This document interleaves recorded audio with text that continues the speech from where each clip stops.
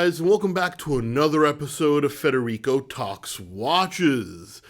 Today, I'm going to discuss my 3 favorite watch complications, what they are, why they're awesome, and why you should look into them. All that and more in today's episode. Now, of course, before we get started, customary wristwatch check. Today, I'm wearing my Girard-Perregaux Laureato Evo 3 Big Date Moon Phase Power Reserve. Absolutely loving it. One of the longest running watches in my collection. And also, guys, don't forget to check out delraywatch.com. A bunch of new stock has come in, and it's selling quicker than ever before. It looks like the market is back. We just got in a Rolex two-tone Submariner box and papers. This is the aluminum version and the blue dial. Super hot. We got in a Nomos GMT based on the World Timer model, one of the most underrated GMT watches ever made, full stop. And this gorgeous IWC perpetual calendar with that Ardois gray dial, long power reserve, perfect for perpetual. What is there not to love? All that and more at delraywatch.com. Link in the description below. One of the best places, if not the best place, for a watch geek to buy a watch.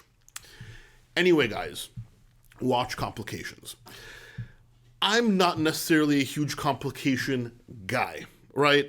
I love watch designs. Now, complications can be part of the design, but I think dials, cases, even straps are very important. Complications are something in the movement that gives a watch an extra feature. Now, this is awesome, but can also be a headache in terms of service, repair, and if you even use it or not. However, while I'm not always a crazy complication guy, I do love watches. I do study watches. I do love mechanics, so it's hard not to appreciate. And there are a few particular complications, which I don't own all of them. I'm actually missing one of these, that I find either very useful or just very fascinating and captivating. And those are the 3 complications I'm going to talk about today. Now, the first one everybody's going to know is the world time. Now, yes, GMT is also very cool, but I love the world time. It's essentially a chapter ring with 24 cities that you can change the location of, so you can have the time where you're traveling to and the time in your local, in your local location, all with the push of a button or the twist of a crown. Everybody knows, or at least if you've been watching this channel, knows that traveling is a huge passion of mine, which is why I haven't made a video in about a week, because I was on vacation. However, I love traveling even more than I love watches. And having a world time on my wrist is like putting my 2 favorite hobbies ever together. I get to be in an exotic location exploring, and I get to look down and I see this beautiful piece of mechanical art, which also serves a purpose, so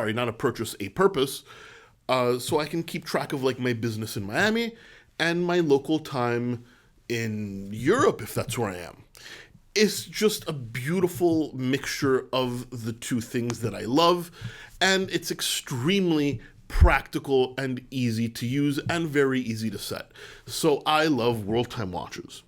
Second is a complication which is not very commonly seen, and that is the movement side power reserve. Not just a power reserve indicator, but a power reserve indicator on the movement. To give you an example, I have a couple of Mosers with this complication. Now, Moser is a brand known for its very clean dials, and a power reserve indicator on the dial can throw off that design. However, as a manual wind watch, you want to know how much reserve you have left.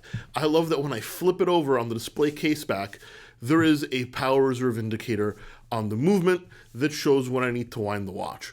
I think it's a beautiful feature, useful, adds complication to a watch, but also might not ruin a perfectly clean dial design.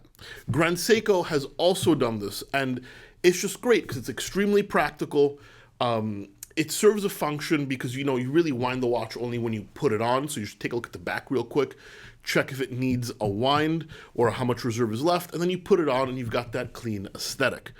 I think it is genius, and more brands should do it. Not to say that a dial power reserve is not cool as well. It can be, just not on every design.